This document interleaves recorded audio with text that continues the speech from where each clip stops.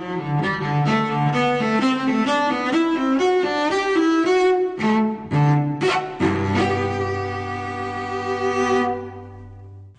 local history as I have observed it in the last century. So I will begin with the time I moved to Newark Valley. My parents came here from Dryden March 1st, 1895, on my 5th birthday. We lived on a small farm 1 mile north of the village, just above where the present truck stop is. That 1 mile from our home to the village was entirely different than it is today. I had read where the old road followed the creek very closely into the village, but it was a bad road. And Otis Lincoln, who owned the tannery, volunteered to build a new road. So he sent his crew of workers from the tannery up to dig a new road. This road was farther back even than the present road and was against the rocks. It was entirely dug by hand in 30 days. Consequently, the road was always spoken of as the Dugway because of being dug in that fashion. A little later, it was really very narrow there. A little later, it was referred to as the Narrows. There was a bend in the road, and the road was narrow. In fact, the road was never a good road until the state roads went through. Then we come on down toward the village. There was a blacksmith shop and a cider mill and an ice house and the old red mill. And then you come to the tannery. The tannery at that time, as I said before, was owned by Otis Lincoln. This tannery was a very large complex, and it occupied what is almost the entire property on the east side of Water Street. There were probably 10 buildings in all, but there were 4 very large ones. On the back of the lot was a building where the fleshings and the hair was removed from the hides. You can imagine it was not a very good smelling place sometimes. Then to the front, facing Main Street, was a house, a building that had 144 vats in the floor. And in these vats was the liquid where these hides were turned and tanned with this stain. That was not a very good smelling place either, but I can remember standing in the door and watching them do it. Then on the Water Street side were 2 more large buildings. One of them was where the hides were washed and rolled. Then there was another one where the hides were dried. I wish I had more pictures of them, but I did get a few that Mabel Randall sent to me, and I had them enlarged, and I had in a notebook and with the pictures in the library. So if you are interested, you could see them there. But the big building, which was a storehouse on the corner, was finally made into a store. The Randalls had it. But then later, the Newark Valley Bank purchased it, and that was our first bank, was the storehouse. My last recollection, I might say we moved to change farms and moved to a farm not far from where the present high school is. It was the farm just this side of the McPherson farm, and I went to the North Newark School. And one day while we were playing outside at North Newark School, the tannery whistle blew so loud and so long. We thought sure the whole town was burning up. But it was during the Spanish-American War, and Dewey had entered Manila Bay, and that was a celebration for Admiral Dewey. But not long after that, the Dabbages, who owned the tannery at that time, moved to Binghamton. One of the Dabbage families had lived in a beautiful big 3-story home on the corner where our store was at one time, and now where the Western Auto. And the other family lived in the yellow brick house where the day and night store now stands. This tannery was torn down, and they went to Binghamton. But one of the things that was interesting, it had a very high red brick smokestack. And some of you people may have a postcard of a flood in 1901. And it looks as though there was a lot of destruction at that time, but it's not as bad as it looks, because the tannery was being torn down, the boards were loose, and the flood washed those boards down in Water Street. Debbie Richards brought her little flock from school one day, and they sat on my living floor while I told them about the tannery. And so I said, now, how do you suppose they tore that smokestack down? One little boy raised his hand. He said, I know. They put a little boy up there, had him throw the bricks down. And I said, I don't think so. I think they'd have a hard time getting a little boy up there in those days. We didn't have cherry pickers and so on. And I said, I didn't see it, but I heard they put a cannon over on the hill opposite and shot it down. This little boy, his eyes were so big, but he learned how they did it. So that was the end of the tannery. The next thing that I think there was such a contrast in was transportation. When we lived on the farm, it was a common occurrence to see oxen hauling logs to town. And then we had never seen an automobile. I so plainly remember seeing the first automobile. We were coming home from school, and it was not far from where the Dick Lafleur trailer court is now. And there was a creek ran by that house at that time. And it was a Mr. Whipple from Binghamton. He had, it looked like a buggy without any top. And there were quite a few of us little folk in the road. And he said, the boy that would fill my car with water, I would give a ride. Well, of course, all the boys were ready. But he had a tin pail in his car. I don't know where he put the water, whether it was run by steam or whether it went in his, I don't know where the water went. But anyway, Romeo Ames was the lucky boy, and he got the ride up to the corner, what is now Brown Road. The rest of us were rather envious. And the Newark Valley paper carried an article of every place, how long it took to get to Berkshire, and from Berkshire to Richmond, and so on. Then I saw my first airplane at the Dryden Fair.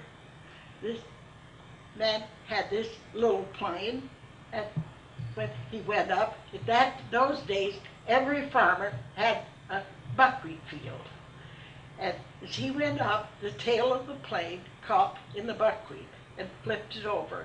Well, of course, everyone thought he was killed, but he crawled up and lit a cigarette, so we knew he was all right. But our mode of transportation, there was 5 in our family. We had a Democrat wagon with 2 seats on it. We had a farm team, and we had a buggy and a lighter horse. My mother was the boss of the buggy and the other horse, but the farm team my father engineered. But when we went away, we had to go with the farm team on the Democrat wagon with 2 seats. We always went to the Dryden Fair every year. We had a neighbor who had a surrey with fringe on top, and that it was beautiful. So, but my father had a dress harness, so we didn't have to use a heavy harness.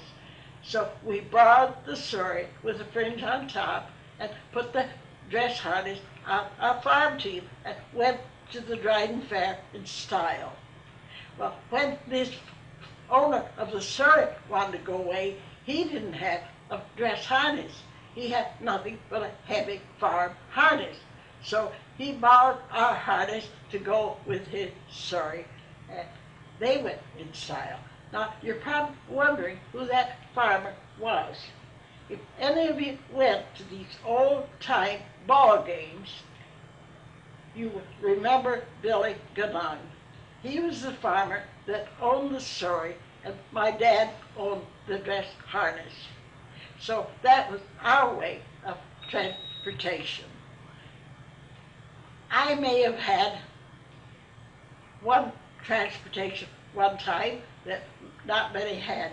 My first trip to New York City was in 1908 or 1909, and I rode on a horse-drawn streetcar. That was certainly a new thing to me.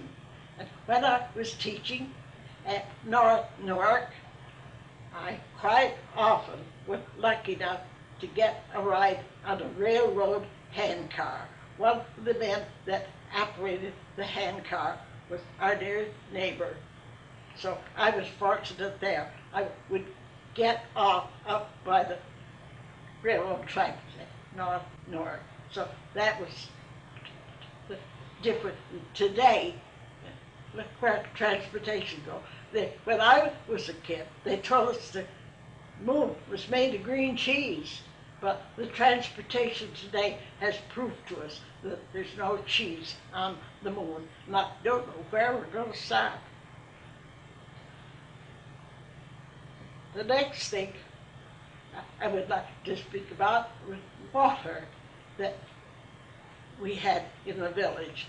Previous to 1904, we had no city water. You had to pump outdoors. Many people had a rain barrel at the corner of the house where they caught rainwater into soft water for doing laundry. And some people had cisterns in the cellar. In fact, when we bought this house here, there was a cistern in the cellar. But in 1904, they decided we should have city water. There were Italians came here, I believe, from New York. They lived in cars on the switch or at the depot. They did their own cooking and so on. And the entire length into the Reeves district was dug, the ditches were dug by hand. We never heard of backhoes. I had a teacher by the name of Harold Sampson. He was physical geography. He took us on a field trip to see how this was being done. And up near the Terpenning corner, the Italians were working. Mr. Sampson was also my Latin teacher. He didn't speak Italian, but there was a similarity enough between Latin and Italian that he made them understand what he was talking about. And they would jump up out of the trenches and grab his hand as though he was their long-lost grandfather. But finally, we got water in the house. Previous to that time, we had no bathrooms.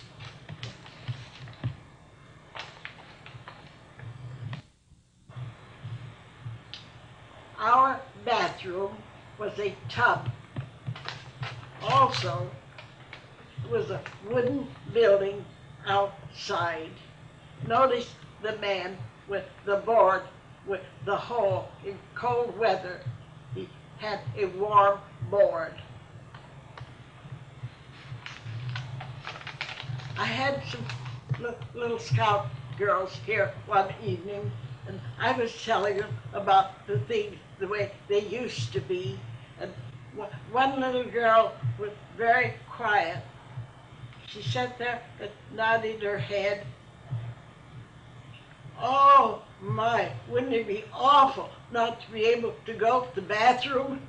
So I had to explain to her a little more. Now I would like to say a little about education. I went to country school until I was 14 years old. Not only that, after I finished high school, I went through teacher training class, and I taught in a one-room school. We had to follow the syllabus just the same as the ones in village schools. We had very little to work with. We had plenty of blackboard space. We had a map. We had a globe and a dictionary and a few books. But most importantly, we had a pail and a big tin dipper for water. No one ever died from drinking out of that dipper either. But I have seen chalk dust out of the water in the pail. But we had to prepare pupils for regions. If they were 8th graders and they came over to the village school. So that education was certainly a lot different from today. You know what today's education is. Perhaps one of the biggest changes was in stores. At that time, in the early days, there were about 7 different stores. In Newark Valley, they carried groceries, several who carried dry goods.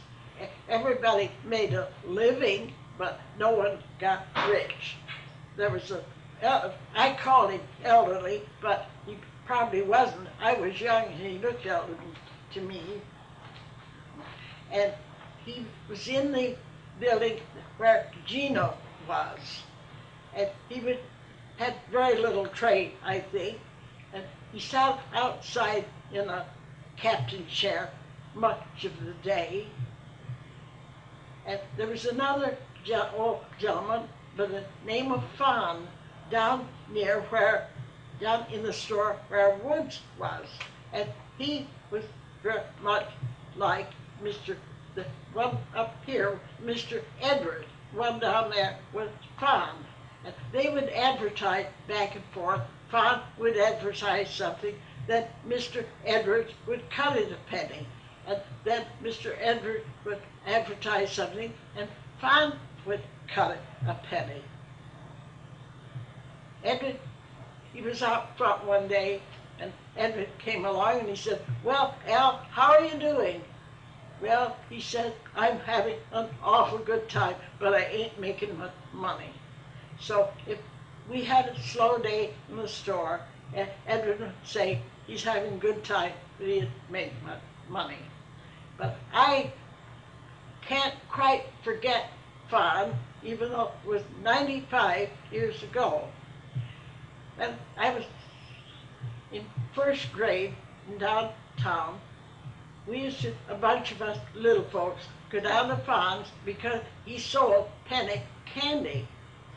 One day I didn't have a penny, but I trailed along with the rest of them. And they went in and bought their candy.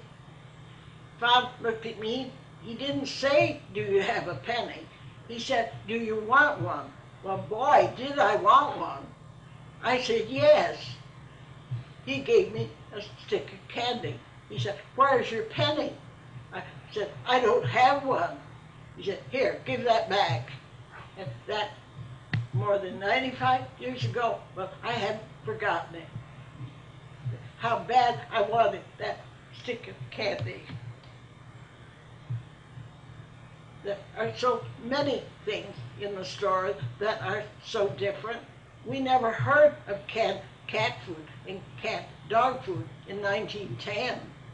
We never knew only 2 or 3 kinds of soap. There was P&G, Pell's Naphtha, and there was soap powder, but soap flakes were invented after we were in the store. There were coffee came in paper bags. We had a coffee grinder on the end of the counter, and we ground the coffee and gave it to the customer. Cheese came in a big wheel, 30-pound wheel, Wisconsin state cheese, and everybody loved that cheese. We never had so many different things that you do today, and you didn't have to wait for somebody to push a cart. We waited on the people. We got their joy, we got their sorrows, and some of the people traded with us all the years that we, same one, all the years we were in there. I could mention so many things that, well, one thing, possibly I shouldn't tell this story, but when pimentos first were canned, we'd never heard of canned pimentos. And they were used for so many different things. If you wanted things to look nice, they used for garnishing in salads and so on. They were having progressive card parties. And I thought it would be nice to fix pimento and cheese sandwiches. I thought I had the latest thing. So I did. I made pimento cheese sandwiches and took to the party. You ate supper with your last partner. We sat there a few minutes, and lo and behold, my sandwiches were passed. My partner took a sandwich, and he looked at me, he said, "Who in the world would take a thing like that to a card party?" He didn't like pimento cheese sandwiches. I wasn't mad, I was just so pleased, I just had to laugh. And I told him they're my sandwiches. And that man was Walter Stoughton, and I never let him forget it, nor he never let me forget it either. We always joked about it. I think one thing that there is such a change in is our doctor business in Newark Valley. And we always had at least 3 doctors. My earliest recollection was of Dr. Francis Bishop and his sanitarium across from the Congregational Church. Everything was so immaculate, and we only doctored with him about a year because he was our nearest, he doctored with our nearest neighbor. After that, we doctored with Dr. H.L. Knapp Sr. No one ever had a doctor. The word family really applied to him. He was a family doctor. We had, at that time, when Dr. Bishop, we had Dr. Chittister. Never had Dr. Chittister but once. He lived where Vincent Darley lives. There was an epidemic of smallpox in the fall of 1911, and Edwin was one of the persons that got the smallpox. Well, I surmised that that might be what he had, so I locked the door and pulled down the curtain. And made up my mind I wouldn't let anyone in till I knew. Well, the doorbell rang. We lived up where Dick Van Gorder lives now. And I peeked behind the curtain, and I saw the bright red card sticking out of Dr. Chittister's pocket. He was the health officer, and he had come to put a quarantine card on our house. that's the only time I ever had him. He went to the bed where Edwin was, and he put his hand, he said, if you can feel lumps right here, it's pretty sure to be smallpox, and it was, but we survived. And another thing was the dress. I'm not sure, but that's the greatest change. My wedding outfit was a Merry Widow hat and a hobble skirt. And if you want to try getting on a streetcar with a Merry Widow hat and a hobble skirt, it's really quite an act. And our bathing suits. Now, I ran across this picture. It's exactly like Edwin and mine, white braid and all. It's not a picture of us, but it could be our suits.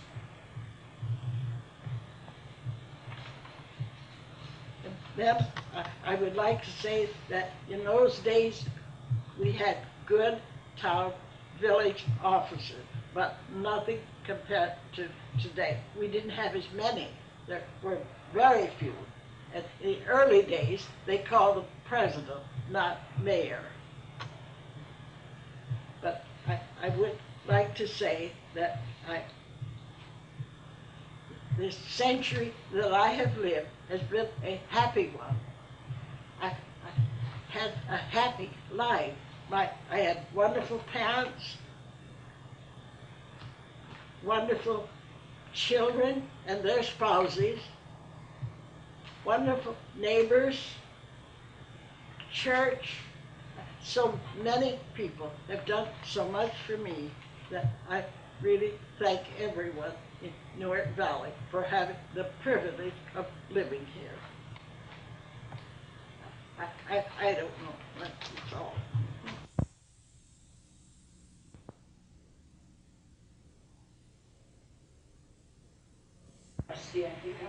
We're going. You're going to start, huh? Yeah. So you were born in Dryden. I was born in Dryden, and we moved to Newark Valley on my 5th birthday, which would be 95 years ago. And I started school here in Newark Valley. Came the first year, we lived just outside the village, and I came down to the village school. Then we moved to a farm this side of the McPherson farm, and that's where I grew up. I had a very happy childhood. We were poor, and my parents had to work very hard, but I had lots of pleasant memories. And I wish every child could have a few years on a farm. I think there's nothing like a farm for children to entertain themselves. We had all kinds of animals, and we did lots of fishing. Then, when I was 14 years old, we moved to the village. I went to high school. After high school, I went through the Newark Valley Teacher Training Class. And I taught in one-room schools and had good-sized school, and I loved every minute of it. But then, in 1911, I married Edwin Bushnell, and in those days, if you taught in the country, you had to board there, because there were no automobiles. We did have a horse, but where would I put it when I got to school? So I quit teaching, and my husband was in a store with his father, and so I quit. I worked in the store part-time, then raised 3 children, and we bought the business of his stepmother in 1931. Then I worked in the store all the time until my husband retired. I have lots of pleasant childhood memories. I was not the best child in the world. I was sort of mischievous at times. My brother and I used to get into lots of little mischief. The McPherson kids were at our house a lot. Neil McPherson wouldn't own up to some of the things he did, but we had good times. I enjoyed store life and all the friends that I made in the store. Still, but the trouble is, I've outlived so many of them. I can't remember one person that was in school when I was. They're all gone. That comes from your living such a happy life, probably. And I have 3 children. They're all grown, have their own homes, and no one could have children that better than my children have been to me. And I will say that with my friends, my neighbors. I started in a good many years ago with scrapbooks as a hobby. I never dreamed that people would be interested in them. But I was. It was my hobby, and I just kept enlarging it. And I found out other people were interested. And one of the pleasant things of my life has been to help others with them. I do not know how many scrapbooks I have, but it will pretty well go up to 50. Oh my gosh. But some of them are very, well, I don't know if you'd call what you would call. They're very crude. Oh, But a lot of them I do have in good order. But I was always happy if I could help some school or organization or private person with anything in local history. I think I've seen some of your books, your scrapbooks, when they had depot days and like that, when they had it over to the post office. I think you had 1 or 2 of your scrapbooks there one time. Probably. And I did fix some for the library with pictures, thinking that possibly someone could go to the library and get the history of these pictures. You've done a lot in the church, too. Yes. I was church well, the church never had a historian, and I began collecting on all the churches. And first thing I knew, they put me in as church historian, and I enjoyed it. And I did collect a lot of material on the early history of all the churches, which to me was very interesting. I've read some of that, it's where it's been like in the... Pardon? I've read some of that where it's been in the Courier or one of those. I know sometimes there's been articles that you... Yes. Yeah. Very interesting. But to me, there's no place just like Newark Valley. Here's where I want to be. Well, it looks like it's good for you. Well, Newark Valley has surely been good to me.